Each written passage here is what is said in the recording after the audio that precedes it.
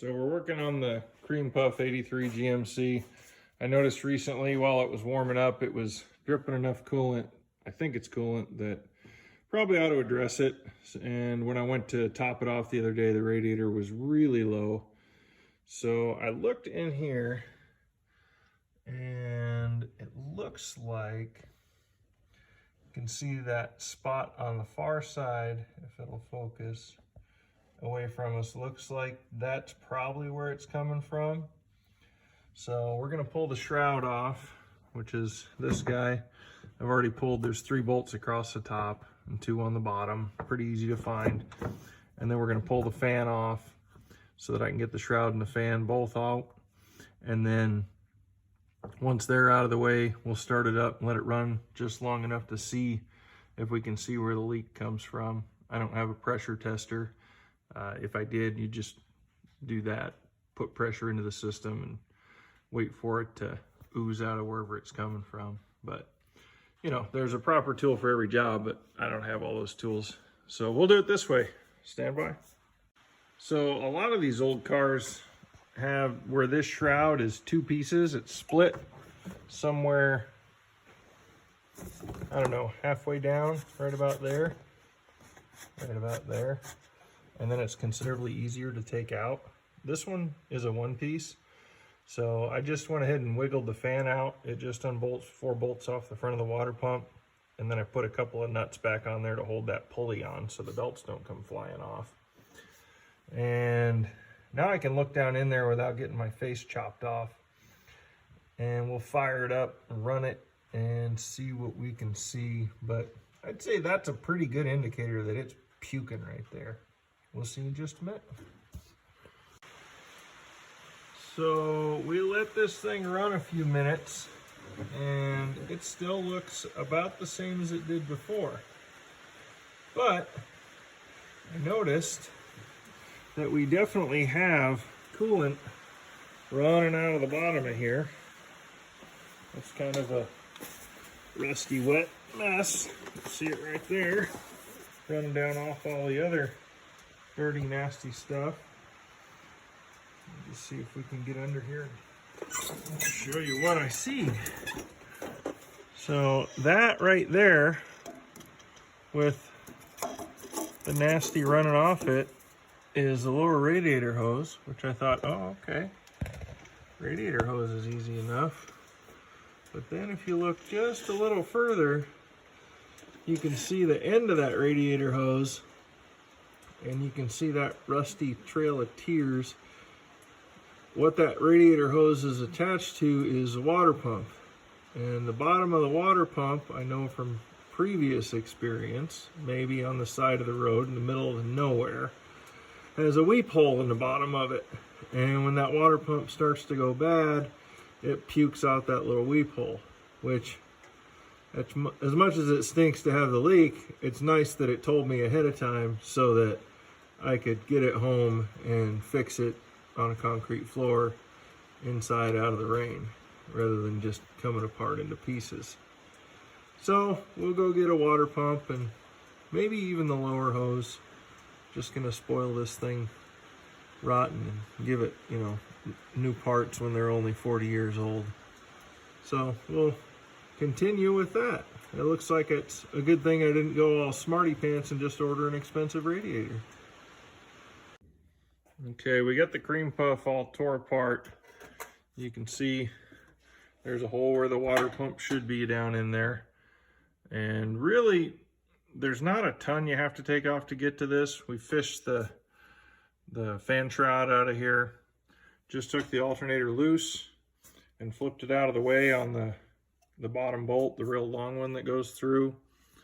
Because this is a Hydro Boost, it was a little more of a pain in the neck. That's this remote reservoir, runs power steering and off the brakes and all that. Again, I just pulled the bracket off the power steering pump, kind of pulled everything out of the way. I got a bungee cord holding the pump out of the way so it doesn't fall back in. A couple of zip ties holding that up there. And you can see we got a mess. I definitely still have an intake leak. I've got some gaskets coming for that. So we're gonna clean that up. And then here is the pump. And there is that weep hole that we couldn't see before because it was tucked way back up in. And you can see there is definitely a trail leading from that to right here where the lower hose was. Everything's rusty and nasty. But most of this can be done with very basic hand tools. Yeah, I've picked up a few other things along the way, but you can almost take a whole GM truck apart with a 1/2 inch, 9/16 and a 5/8, almost. So that's it. We're gonna clean everything up good as we can. I've got a new pump. I've got the new bypass hose, which is this little guy, which is the biggest pain in the neck of the whole process, really, is getting this back in here. 100 years ago, it was a molded hose, and it fit real nice. Now it's just a chunky heater hose, so it always wants to kink on you. I'm going to go ahead and put a lower hose in it, just because it's like 10 bucks, and I don't want to do it again later. And when you drain this, if you use the little drain plug down there at the bottom of the radiator, down there in the corner, you're going to make a big mess. If you just pull the bottom radiator hose off, you're going to make a big mess. So I guess the point is, have plenty of cat litter around, because you're going to make a big mess. I've never not made a big mess.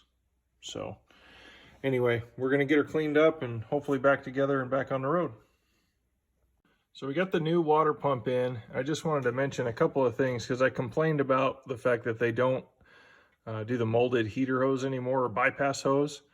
But one thing that they do now that I really like is the fitting that's screwed into here and the plug that screws into here. You can see them better on the old one.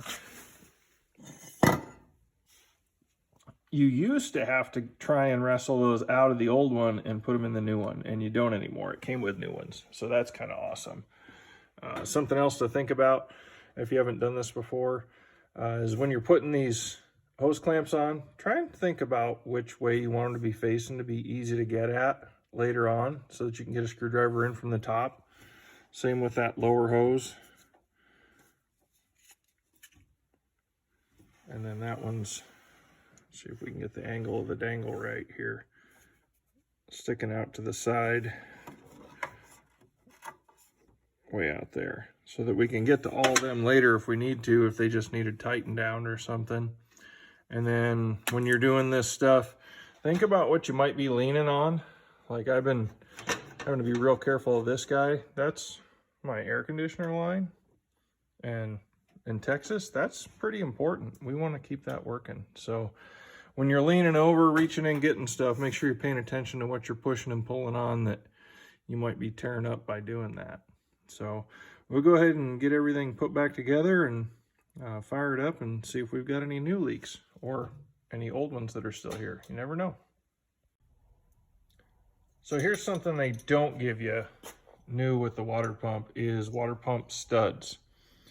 And I almost forgot about this. Actually, I did forget about it. I got in a hurry to put the other one on. It's on the truck, of course, before I did this. But just take two of the nuts that held the fan on, tighten them against each other, roll them both on there, and then tighten them against each other by turning them opposite directions. And then you'll be able to just spin that old one out and drive it into the new water pump. So here's a fun tip. If you drape all the belts over the pulleys before you put the fan on, they're much easier to get them in there. Or you can just do it like I did and go ahead and bolt the fan on and then fight all the way around it to get them on. They'll still go, but it's a pain in the butt. Fun, fun. Well, there it is. Green pump's all back together. No longer leaking. Temperature's good. It wasn't overheating before, but you never know when you mess with the cooling system. It might overheat now. And I was a little worried. What I thought was going to be the leak in the radiator, maybe it just wasn't full enough to leak there yet, but we got it all the way filled up, and it's not leaking right now, so we'll let it ride until it does start leaking. You can see, maybe you can see a little moisture back in there. The intake is puking. Like I said, I've got gaskets coming for it. Valve cover gaskets. I think that's the next worst leak. While it was unbolted, I went ahead and cleaned up the ground for the battery.